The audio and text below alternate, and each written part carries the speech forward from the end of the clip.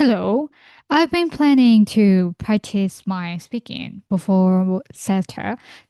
So I thought about what if I made videos and recorded my mock test, myself practicing speaking. So in today's video, I will be doing, I think it's Cambridge 20 test one, the entire speaking test for 15 minutes.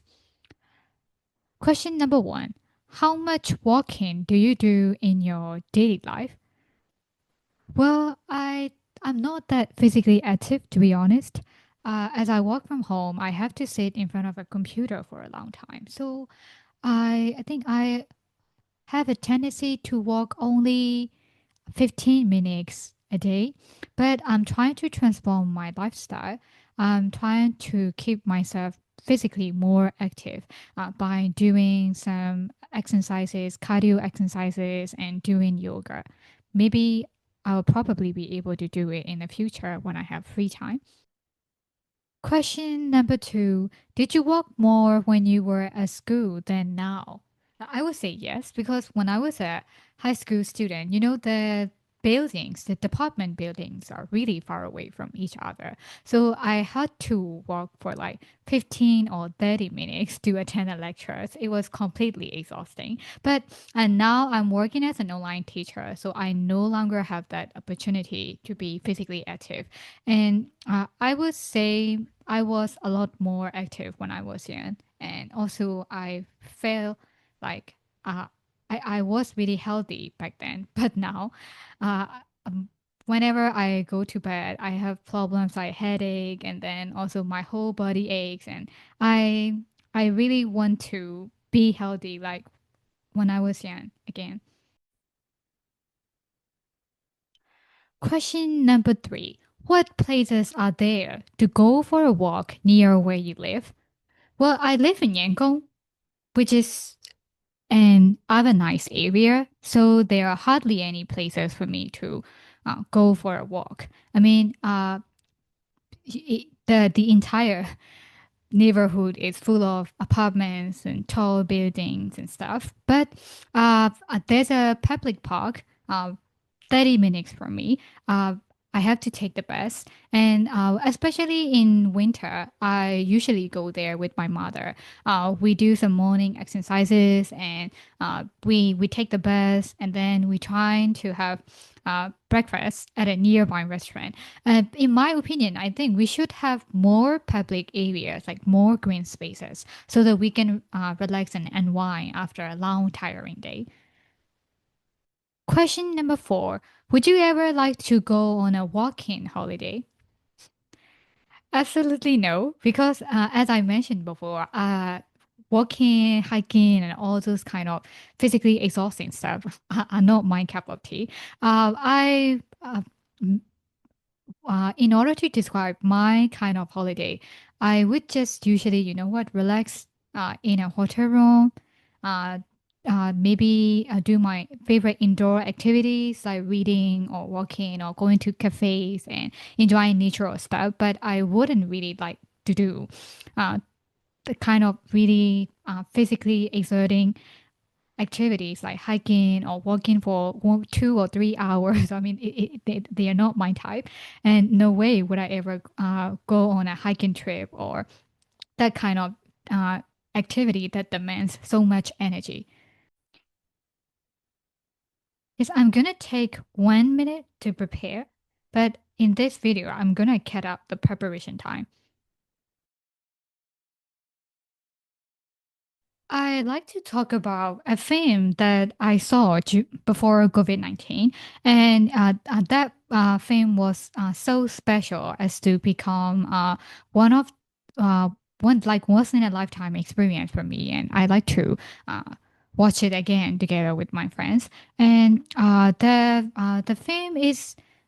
film kind of basically revolves around a couple who is going through emotional struggles in their life. And it also addresses the issues of domestic abuse and the post traumatic stress disorder. And one thing that I really like about that movie is emotionally gripping. the dialogues and everything, the soundtracks, everything can grip the viewers. And then it's the reason why I like to watch it together with my friends is that me and my friends, we have a lot in common, and we can identify with the feelings that the characters are portraying in that movie. And as I mentioned before, that movie was kind of like a revolutionary movie in Myanmar movie industry. It kind of breaks new ground. And when you search the name on social media, a lot of people always mention that how this can capture emotional feelings and how the dialogues are emotionally charged. And also the another reason why I like to experience it again is because of this authentic soundtracks. Um, Usually in Myanmar movies, we didn't have those kinds of original soundtracks. We just use random sounds in the movie. But in this film, I forgot to mention the film's name. Sorry, it was on the tip of my tongue. It's the film's name is Now and Ever, and you can like I mentioned before, the soundtracks were really melodic and pleasant. It can take you to a time like you're standing in front of a beach, and then you can see a couple in front of you. It can give you lots of feelings, and I remember getting so lost in that movie when I was at cinema. Usually, I'm not that patient, but when I was watching that movie, I couldn't even remember the time. I lost track of the time, and then I found myself enjoying so much, and it's something that hadn't happened to me for a long time at that time. So if I have a chance, I like to watch Now and Ever again in the cinema together with my friends. What are the most popular kinds of plays or shows at theaters in your country? Myanmar is a country which is really rich in customs and traditions. Although we've got no opportunity to showcase our cultural values because of unstable conditions, I think the most famous ones would be um, the plays that we usually have in theaters in our traditional festivals like Tenjen or Terinjot. If I had to give you an example, usually in Tenjen festivals, we have dance shows at theaters. We usually invite children and then students from different schools to educate them and raise awareness about our culture. So what the dancers wear traditional costumes, colorful costumes, and then uh, their dances were so beautiful. And I think having those kinds of regular shows is one way to raise our cultural profile. And the same thing goes with the Ninja festivals. In the Ninja festival, you can see plays. Not only in theaters but also in schools, the students and then other teenagers are trying to portray the life events of Buddha or religious stories through their performances, and it's really fascinating, and I think is a great way to raise the cultural profile of our country. Question number seven: how easy is it to get tickets to the theater? Well, uh, with some embarrassment, I have to admit that going to theaters and enjoying music it isn't something that is so popular in our country. So it's really easy, very, very easy to buy tickets to the theater, as uh, most young people are not really into watching those kind of performances. And it's not just about the easy access to the tickets. As the same thing goes with pricing. You don't have to spend a lot of money on those concerts and plays. It just you can go there, even if you are a student or even if you can't afford to watch that kind of concert in other countries. It is possible here with by saving your pocket money or uh, by saving for 1 or 2 days, you can just go to our concerts. It's really affordable and the price is also really reasonable. But I wish we could uh, have a chance to attract more teenagers and more people so that they become passionate about going to the theaters and enjoying the performances. Question number 8. Do you think theaters need to do more to attract younger audiences? Well, definitely. I mentioned it earlier. The main problem with globalization is that the majority of young people, I mean, including me, uh, are no longer passionate about maintaining our culture or enjoying the cultural performances or those kind of stuff. Even if we want to, I mean, we do not have opportunities to do so because of the unstable conditions. So I believe that if we were to uh, create some kinds of campaigns. Like let's say we could invite one thing that we can do is we could invite children from different parts of the school and the students from universities. Maybe we could give tickets as present. They could come and enjoy the performances. And I think it would be a good way to promote our entertainment industry, and also it would be a great way to give our culture a boost. I mean, it's not just for younger audiences. We could also do it with international tourism.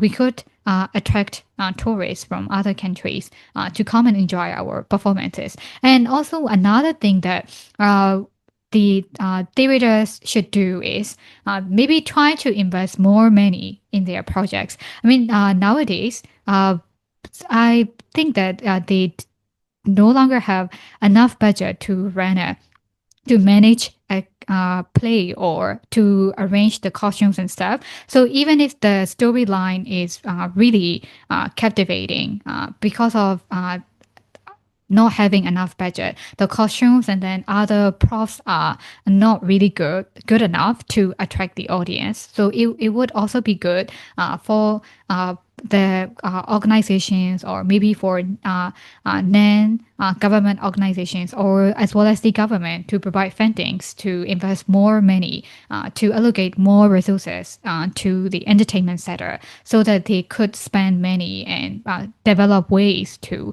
attract younger audiences into the theater.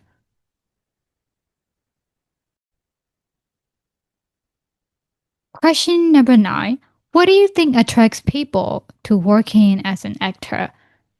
Well, I would say there are a lot of incentives. Obviously, the first reason would be that today is social media world, right? So if you were to become an actor, you're going to be famous a lot. So most people want fame. They want to be that number one, the top actor, the top actress with millions of followers in their life. I think fame is something that most people want. And another reason would be because of their ability to express a diversity of emotions. If you were to work as an actor, you are no longer you. You are the character, and you're trying to convey different emotions, and you are just a medium to convey the emotions of a character through your performance to the audience. I think that is something that makes most actors passionate about their work. And finally, I think maybe it's because of the financial stability. I mean, if you became a really famous actor and you would no longer need to worry about your finance. It's one of the most comfortable jobs. Although you had to sacrifice some of the things in your life, the career, the profession of acting could earn you a lot of money and could give you a stable life. I think maybe because of those reasons, most people pursue a career in acting.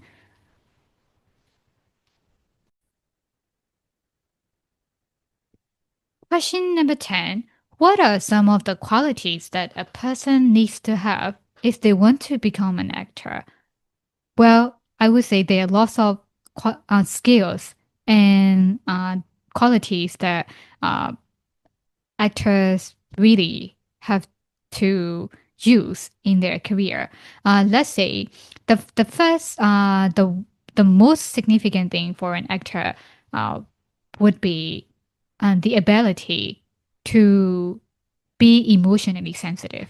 I mentioned it earlier that if you were portraying a character, you are not just repeating dialogues. You are trying to convey different emotions. Sometimes you have to act like you are in their shoes. You have to put yourself in the shoes of a character so that you'll be able to portray the emotions really well. So I think you really need to be emotionally sensitive if you were to become an actor. And another essential thing would be your ability to memorize lines. I mean, let's say no matter how good you are at acting, if you don't have a good memory to memorize the dialogues and lines, you won't be able to be in that movie acting all the time, right? So I also believe that having a good memory, having a perfect memory is also key to becoming a successful actor. And the last but not least, I as I mentioned earlier, the social media really makes it difficult for famous people to deal with their life. So, if you were to become an actor, it would also be important for you to be mature a lot, not only in your career, but also concerning your mental health. You need to be adaptable with media exposure, and then you have to save yourself from negative comments and all those stuff. So I think you also need to be strong mentally if you want to pursue a career in acting.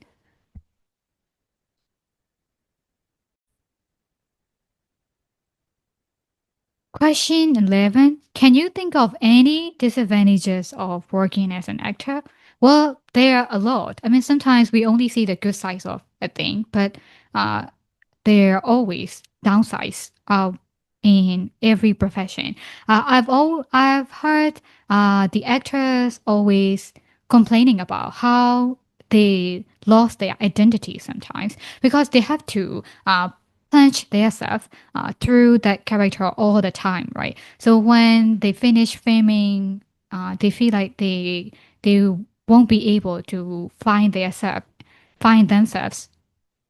and then they feel like they lost their identity, and they find it impossible to get out of the character's mood or emotions. So I think one obvious thing is that you can lose your identity if you do not know how to put boundaries between real you and your character. And another thing would be the the scrutiny that comes along with social media. I mean, becoming famous a lot and being scrutinized on social media go hand in hand. So they might have to sacrifice their freedom. I mean, no matter where they go, they're gonna have paparazzis following around, and then no matter who they date, they gonna be followed everywhere, and then he is dating who or she is dating who, and all every little thing about your life will become public. You will no longer afford that kind of private life anymore. So I think that's one thing that we are completely oblivious when it comes to working as an actor. So, as yes, I know most people want to become famous actors and actresses, but at the same time, we also need to acknowledge that this career also has its downsides.